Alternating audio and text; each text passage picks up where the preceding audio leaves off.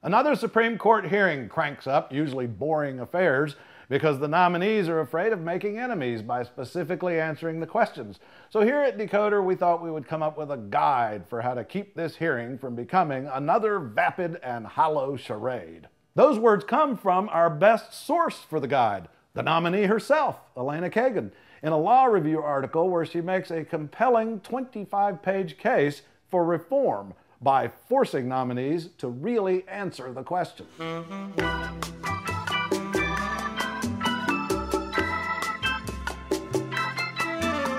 I'm not going to expound at large and answer a question of an abstract question. Senator, I can't answer that question in the abstract. I don't think that I can give you a definitive answer to the question. That's the modern standard of evasiveness that Kagan harshly criticizes. In her own words, she griped about Clinton nominee Stephen Breyer, who refused to answer not merely questions concerning pending cases, but questions relating in any way to any issue that the Supreme Court might one day face. Wonder if that means she'll tell us whether she's pro-life or pro-choice. She'll make history if she does. Nobody's done that since Robert Bork. And you know how that turned out.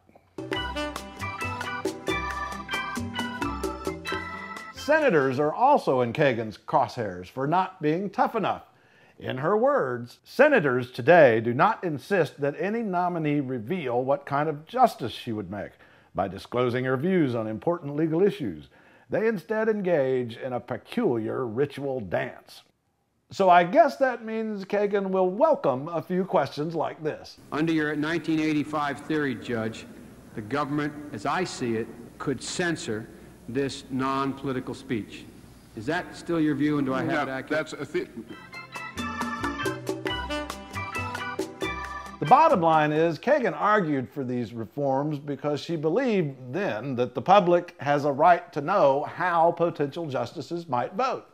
She wrote, "The Senate ought to view the hearings as an opportunity to gain knowledge and promote public understanding of what the nominee believes the court should do and how she would affect its conduct."